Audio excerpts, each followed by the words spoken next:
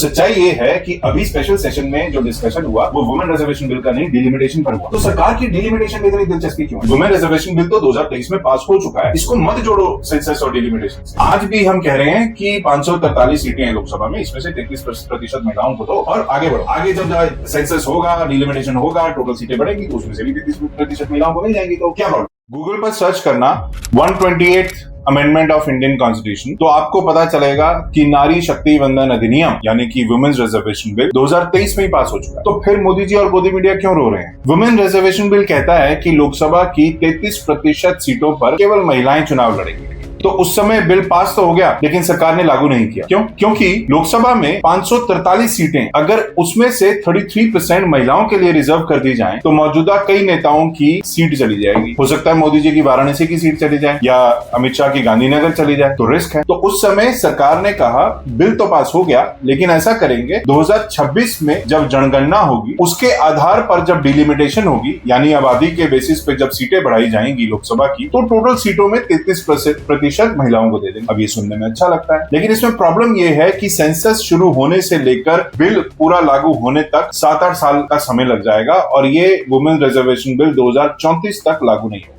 तो उस समय कांग्रेस ने और अपोजिशन पार्टीज ने कहा कि इसको सेंसस से और डिलिमिटेशन से मत जोड़ो, अभी मौजूदा 543 सीटें जो हैं उसमें से 33% महिलाओं को दो और खत्म करो, लागू करो। लेकिन सरकार ने नहीं मानी। फिर उसके बाद 2024 में आया लोकसभा का चुनाव। इनका नारा था अब की बार 400 पार, 400 छोड़ो, इनकी मेजोरिटी तक नहीं आई। तो इनके हाथ पैर फूल गए कि इस बार तो मेजोरिटी चली गई, हो सकता है अगली बार सरकार चली जाए। तो इन लोगों ने पूरा एक षड्यंत्र रचा और अप्रैल 2026 में स्पेशल सेशन बुलाया और कहा कि ऐसा करते हैं, वुमेन रिजर्वेशन बिल को लागू करते हैं, 2011 का जो सेंसस था उसके बेसिस पे डिलिमिटेशन करते हैं और फिर वुमेन रिजर्वेशन बिल लागू कर देंगे। तो कांग्रेस ने और अपोजिशन पार्टीज ने फिर कहा कि 15 साल में 2011 से लेकर 2026 तक 15 साल में इतनी आबादी बढ़ गई है, तो अगर डिलिमिटेशन होनी है तो वो नई सेंसस के बेसिस पे ही हो। और फिर कहा कि वुमेन रिजर्वेशन बिल तो 2023 में पास हो चुका है, इसको मत जोड़ो सेंसस और डिलिमिटेशन से। आज भी हम कह रहे हैं कि 543 सीटें हैं लोकसभा में, इसमें से 33% महिलाओं को दो और आगे बढ़ो। आगे जब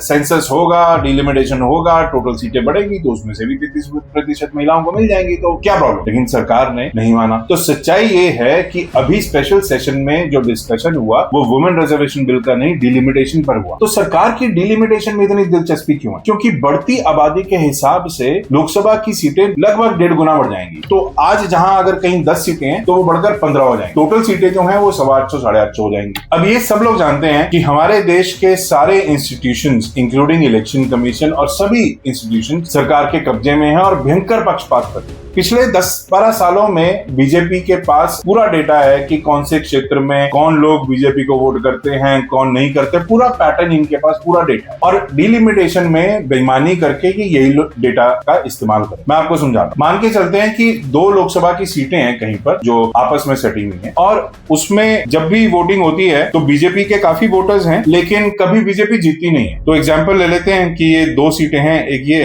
और एक ये, और इसमें ये बीजेपी के वोटर्स हैं जो पर्पल कलर में, राइट। अब ये 2 सीटें जो हैं ये 2 की 3 हो जाएंगी और ये लोग जब बेईमानी से नई सीमाएं खींचेंगे लोकसभा सीटों की तो ये क्या करेंगे यहाँ पर कि जितने majority of anti BJP voter है, ये एग्जाम्पल दे रहा हूं मैं, ये 1 सीट बन जाएगी, ठीक है। तो यहाँ पर अब ये येलो वाले जो है मान के चलिए कि ये एंटी बीजेपी वोटर हैं इस सीट में और ये मेजोरिटी में आ गए, ठीक है, इस सीट पे 1 सीट में। और दूसरी सीट बन जाएगी ये, अगेन एग्जाम्पल ले लो, ये दूसरी सीट बन गई और तीसरी सीट जो है वो ये बन गई। तो 1 सीट में ये जो जहां पर एंटी बीजेपी वोटर्स मेजोरिटी में हैं, यहां पर मान के चलते हैं कि कांग्रेस या अन्य पार्टी जीत जाएंगी और जो बाकी 2 सीटें हैं जहां पर अब बीजेपी मेजोरिटी में आ गई है वहां पर ये सीट भी बीजेपी को जाएगी और ये सीट भी बीजेपी को जाएगी। तो जहां इन्हें एक भी सीट नहीं मिल रही थी अब यहां पर ये लोग 2 सीटें जीतेंगे और ये लोग यही चीज पूरे देश पे करेंगे और पूरे देश का पॉलिटिकल मैप बदल देंगे। मोदी और बीजेपी अपनी सत्ता बचाने के लिए किसी भी हद तक जा सकते, ये पूरे देश का पॉलिटिकल मैप बदल सकते हैं जिससे बहुत भयंकर नुकसान हो। इसके अलावा और कई इश्यूज हैं। जब आबादी के आधार पर सीटें बढ़ेंगी घटेंगी तो सदर्न स्टेट्स जो हैं जहां पे उन्होंने पिछले 50-60 सालों में पॉपुलेशन कंट्रोल करने का काम किया है तो उनकी आबादी कम है तो उनका